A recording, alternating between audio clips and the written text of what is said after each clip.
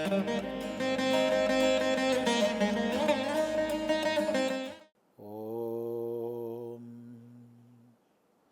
ഗുരുർബ്രഹ്മാ ഗുരുർവിഷ്ണു ഗുരുർദേവോ മഹേശ്വരഃ ഗുരു സാക്ഷാത് പരം ബ്രഹ്മ തസ്മൈ ശ്രീ ഗുരവേ നമഃ. ഓം സദാശിവസമാരംഭാം ശങ്കരാചാര്യമധ്യമാം അസ്മദാചാര്യപര്യന്താം വന്ദേ ഗുരുപരമ്പരാം. ഓം. അധ്യാത്മരാമായണ അനുവാദം ചെയ്യുന്നതിൻ്റെ ആരംഭത്തിൽ മംഗളാചരണങ്ങളും പ്രാർത്ഥനകളുമൊക്കെ ചെയ്ത് മഹിതമായൊരു സമ്പ്രദായത്തെ നമ്മുടെ മുമ്പിൽ കാണിക്കുക കൂടിയാണ് നമ്മുടെ ഭാഷാപിതാവായ എഴുത്തച്ഛൻ. അവിടെ സകല ദേവഗണങ്ങളെയും ഋഷിഗണങ്ങളെയും വന്ദിച്ചു, ഇഷ്ടദേവതാ വന്ദനം ചെയ്തു. തുടർന്ന് കാരണഭൂതന്മാരാം ബ്രാഹ്മണരുടെ ചരണാരുണാംബുജലീന പാംസു സഞ്ജയം മമ ചേതോദർപ്പണത്തിൻ്റെ മാലിന്യമെല്ലാം തീർത്തു ശോധന ചെയ്തിടുവാൻ ആവോളം വന്ദിക്കുന്നേൻ. ഇവിടെ ശാസ്ത്രരചനയാണ് ആരംഭിക്കുന്നത്. നന്മറ നേരായ രാമായണം.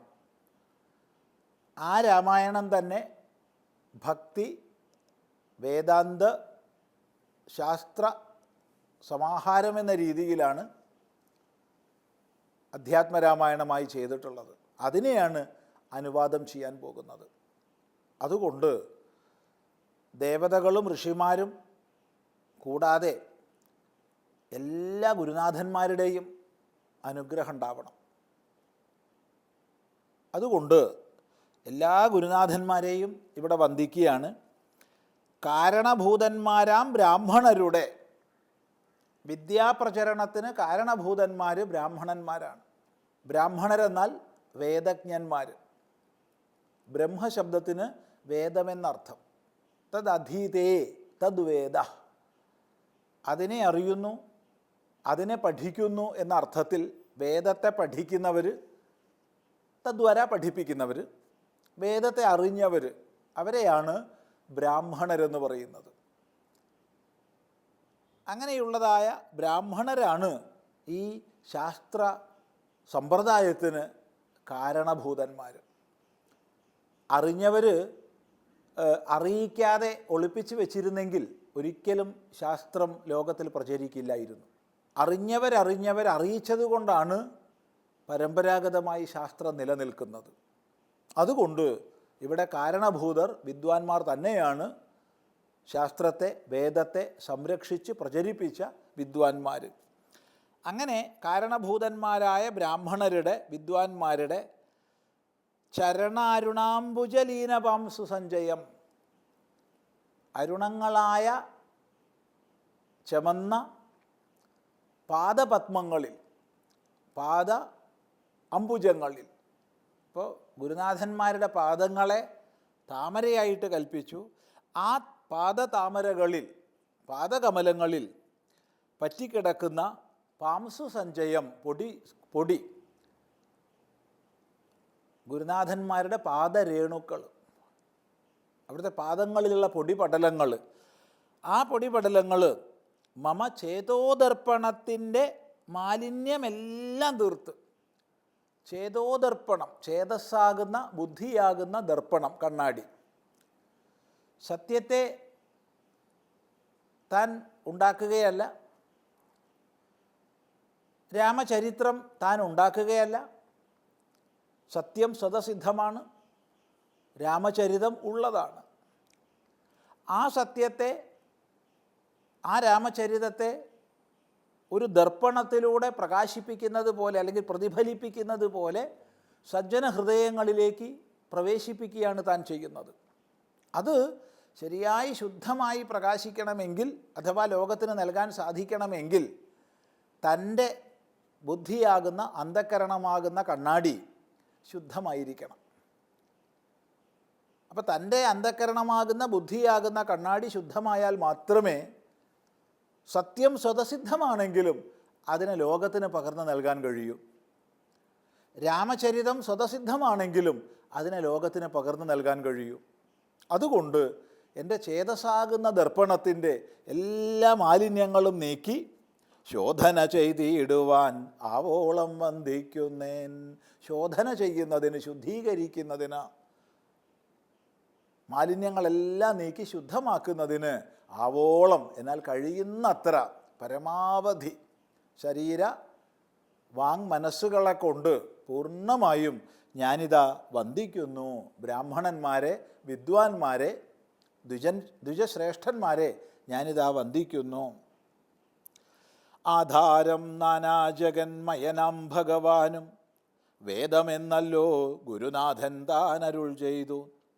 വേദത്തിനാധാരഭൂതന്മാരി കാണായൊരു ഭൂദേവപ്രവരന്മാർ തദ്വരശാപാദികൾ. ധാതൃശങ്കര വിഷ്ണു പ്രമുഖന്മാർക്കും മതം വേദജ്ഞോത്തമന്മാർ മാഹാത്മ്യങ്ങളാർക്കു ചൊല്ലാം. ജഗന്മയനായ ഭഗവാനും ആധാരം വേദമാണ്. ഭഗവാൻ കുടികൊള്ളുന്നത്, നിലകൊള്ളുന്നത് വേദത്തിലാണ്, അറിവിലാണ്.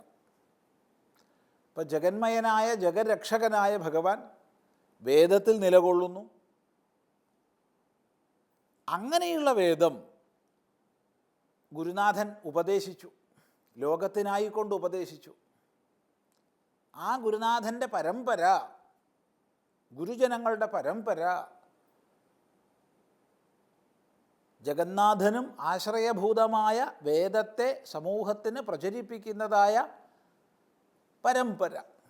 അതാണ് ബ്രാഹ്മണർ, വിദ്വാൻമാർ. അതാണ് പറയുന്നത്, ആധാരം നാനാജഗന്മയനാം ഭഗവാനും വേദമെന്നല്ലോ ഗുരുനാഥൻ താൻ അരുൾ ചെയ്തു. വേദമാണ് ഈശ്വരനും പ്രമാണത്തെ നൽകുന്നത്. ഈശ്വരനെയും പ്രമാണീകരിക്കുന്നത് വേദം തന്നെ. ശാസ്ത്രയോനിത്വാത് എന്ന് ബാദരായണ മഹർഷി തന്നെ പറയും. ഒന്ന്, സർവശാസ്ത്രങ്ങളുടെയും ഉദ്ഭവസ്ഥാനം ഭഗവാനാണ്.